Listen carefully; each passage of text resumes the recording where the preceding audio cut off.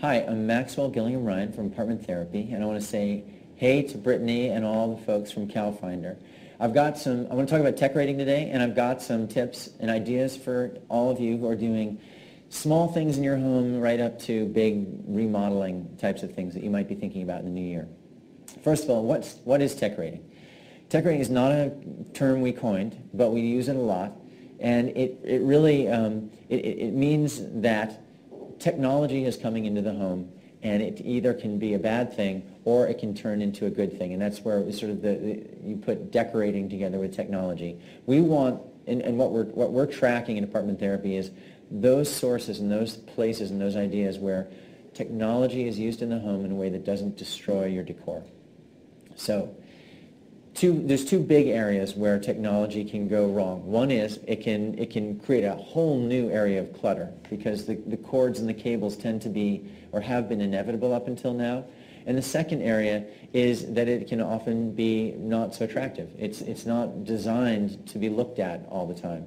So let me show you two small solutions.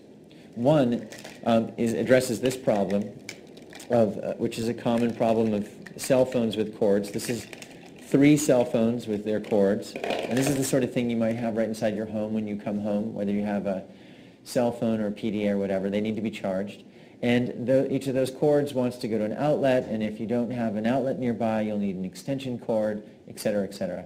This Duracell Migrate is one solution, and it's a wireless charging pad.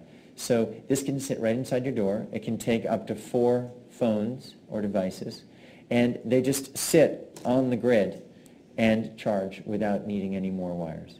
The one wire that goes away is nicely designed, and when it's going away and you want to get it to the outlet, you can use, we found these really cool Blue Lounge cable drops. They're colored, and they're made out of silicone, and they have adhesive on the back. So they're easy to use, they're small, and if you do have to see them, they're not unattractive, and they can match your decor. This is a good example of decorating in terms of using color in things that normally wouldn't have had color a few years ago. And then other small solutions. Maybe you have a stereo at home. Maybe you have you had a really big stereo at one time in your life. These two are tiny little stereo solutions, so you can listen to music in any space with no wires. Check this out. The first one is called a phonophone. It's not electric. It's ceramic. And you just take your iPhone, put it in the cradle, and it naturally amplifies the sound. It's sort of a retro chic, cool thing, and definitely a conversation piece. This even tinier device, this is about the smallest one I've ever seen, is a Jawbone Jambox. It hooks up with your iPhone via Bluetooth, and it looks tiny, but it has an enormous sound to it. It's a heavy little device. It's the sort of thing you might want to pick up and walk down the street with like this, because it's called the Jambox after all. These are brand new things, no cords, tiny, great sound, and also the sorts of things that they're well designed. People will talk about them as a design positive, not as something you need to hide. Other things you might want to do that are bigger. Say you want to remodel your room and you want to put in your flat screen, or you want to put in some audio equipment, but you don't have a lot of space for it. What you can do, and we've seen people do, is you can cut a hole in your wall. Now, walls usually have some thickness to them, so you have to find one that has that, and you're probably not a renter in this case. And you cut a hole in the wall, a very clean hole that's, say, a large, slim rectangle, and you put all of your devices in the wall, and you run the cords through the back, and then you cover that opening with the equivalent of what would have covered a speaker. You can use a fine mesh, and you can put it on a hinge. And so what it'll look like to people when they walk in, it'll look like you have a fancy wall speaker, but when in fact, if you open it up, you actually have storage for all of your devices. That's like a simple little remodel. Bigger remodels, if you want to get aspirational, I have seen some super cool things that are happening in the lighting and home security area. There's a company called Lutron, and they will hook up, and this is again, as if you can go all the way and you can centrally tech out your home.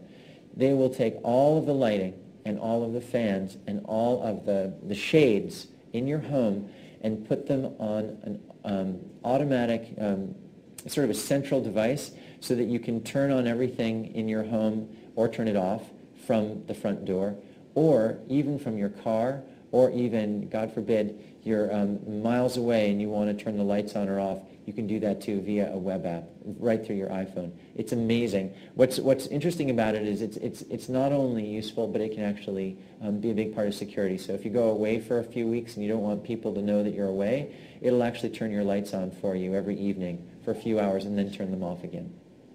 Other things you can do, you can even go further. I've seen homes that are really cool that sort of put brains in the homes, central computers that will run music all over the home. These things used to be the realm of, sort of only superstars and really expensive.